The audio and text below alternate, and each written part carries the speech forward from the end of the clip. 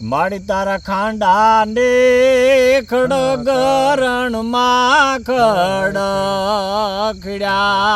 એ બાઈ ક્યાંત લડિયા વિનાના લશ્કર જાય ભાગ્યા રે મસરાળી મોગલ આજ ગાંડી થઈ ડણકી રે ડુંગર ગાળીએ રે બે લોભીના ઘર વચ્ચે જે મહેમાન રજળે એમ રજળે છે. ભરત કે મારે ગાદી ન જોવે, રામ કે મારે ગાદી ન જોવે. એટલે ભાઈ કુબેર ને જઈ મનાવો એને ગાદીએ લાવો. આ પ્રેમ પોતાની પોથી ઉપાડે મને ભરતનો પાઠ ભણાવે રામનું રૂપ ધરું ત્યાં તો રે મને આવાઈ સંકલ્પ આવે. અને આમ સીતાજીની સામે નજર કરે સકલ પ્રવક્ષ પ્રતિમો વસંત જેવી મૂર્તિમાનમ. રાવણ એટલો બધો કલ્પવૃક્ષના ઝાડ જેવો એ શમશાન શેત્ય પ્રતિમો ભૂષિતો એવો ભયંકર કાળો મય થઈ ગયેલો હોય. પોતાને એ વરવો લાગવા મળ્યો. અને મા સીતાની સામે નજર કરી, એક આંખમાં પ્રણ તૃષા છે, એક આંખમાં રમણ તૃષા છે. અને માનું રૂપ જ્યારે ધરે છે ત્યાં તો એમાં પ્રસંડ દંડ બાહુ સંડ યોગ નિંદ્રા ભૈરવી ભુજંગ કૈશ કુંડલાજી કંઠલા મનોહરી નિકંદ કામ ક્રોધ દે સુરકાલ મર્દની નમોચ માત હિંગલાય નિર્મલા નિરંજની રક્તસિંહ જાસની માન પાન શંકરી કુઠાણ ખંડ ખપ્રદાર કરદલ મહેશ્વરી નિશંભ સંભ મમ રક્ત બીજ દેત તેજ ગંધની નમોચ માત હિંગલાજ નિર્મલા નિરંજની. અને બરોબર માડી તારા ખાંડા ને ખડગરણ માં ખડખડ્યા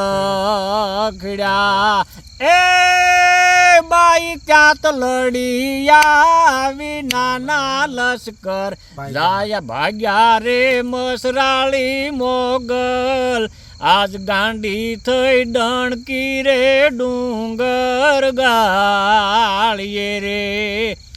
માડી ત્યાં તો કાળા રે હરપુનો કીધેલ કોરડો રે બાઈ તો વખડાવ મને ને ફણધર ફૂંકે રે ક્રોધાળી મોગલ ગાંડી થઈ ડણકી રે ડુંગર ગાળી. માનું સ્વરૂપ જયારે જોયું કે કાગ સીતા ને હું માવડી બાખુ મારા વિષયો વણસીએ જાતા રામનું આ રૂપ ધરું ત્યાં તો રે મને આવાઈ સંકલ્પ આવે. કાળી કાળી કોટ આખી રચના સમજવી થોડી. આઠમની રાત હતી.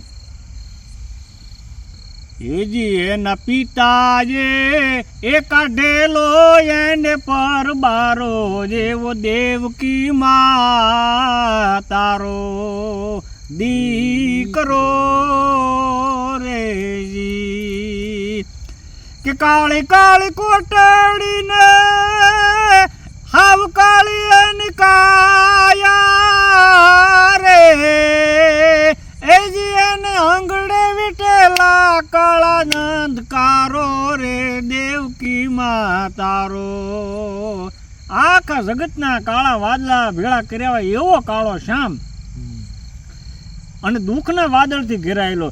એજી એના બાપુ જે કાઢેલો ઘરની જ બારો નાવો દેવકી મા તારો દીકરો રેજી કે નહીં મામો મોહાળમાં અને પિતાજી બોમ્બ પખે તારે નીચી ધરતી અને હું સોજા જખેજી ગોકુળ ના એને ઝૂંપડી કહે છે જીવન પધારો રે દેવકી મા તારો દીકરો રેજી.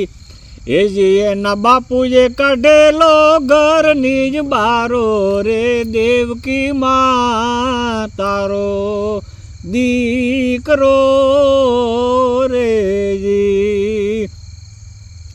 ક્ષત્રિયનો જકારો એને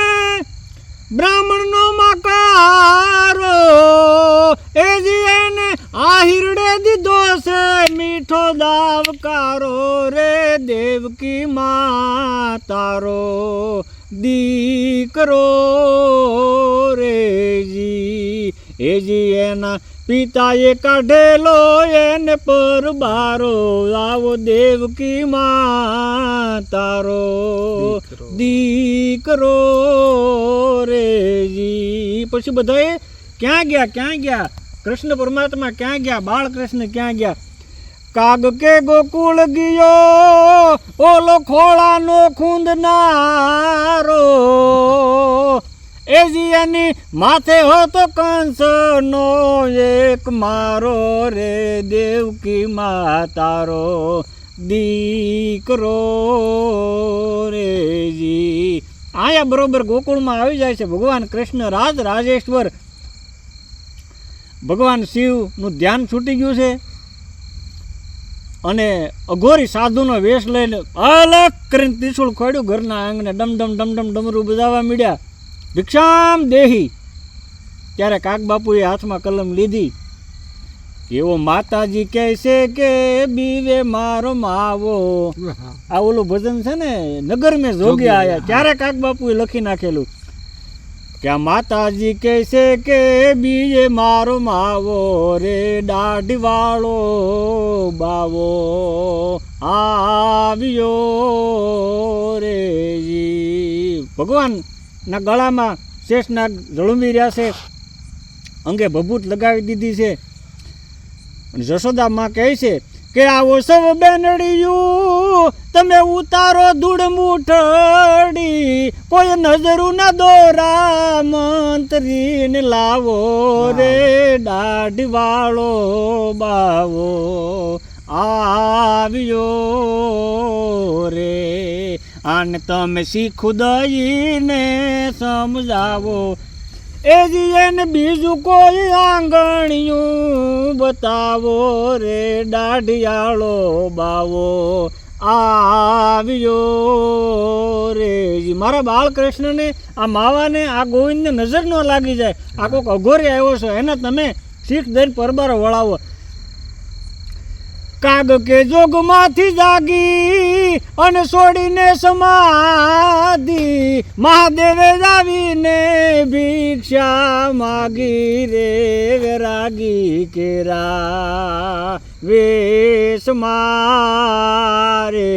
કાગ કે સમજાવ્યો બાવો એને ઘણું સમજાવ્યો, કોઈ નંદના લાલાને આયા લઈ આવો રે દાઢી વાળો બાવો આવ્યો રેજી. આ માતાજી કહે છે કે બીવે મારો માવો રે દાઢી વાળો બાવો આવ્યો રેજી.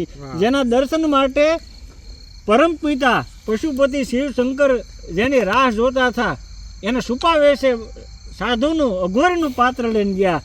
અને છેવટે કે કાગ કે જોગમાંથી જાગી છોડીને સમાધિ, મહાદેવે આવીને ભિક્ષા માગી વૈરાગી કેરા વેશમાં. એટલે કાગ હું તારો જીવડો છું, એમ તારો બાળ છું, પણ કોઈના કેળા છે ને એને અંજવાળીને પછી હું ઓલવાઈ જાઉં. ભેળિયાળી ઓશિતાના માના જેમ દર્શન થયા હોય તો પછી આગતા માં તારા વારણા લઉં, હું તો બાળ બીજું શું કરું. ફરી વાર માડી તારી દયાનો દીવડો, કાગ હું તારો જીવડો, પણ કોઈના કેળાને અંજવાળી બોલવાય જાવ રે ભેળિયાળી તારા લવ ભામણા. ભામણા એટલે ઓવારણા દુખણા વારણા. માડી તારા વારણા લવ હું વિસબુ જાળી રે ભેળિયાળી તોળા વામણા. બાય શબ્દ એટલે માં ચારણી ભાષામાં, અને તોળા એટલે તારા.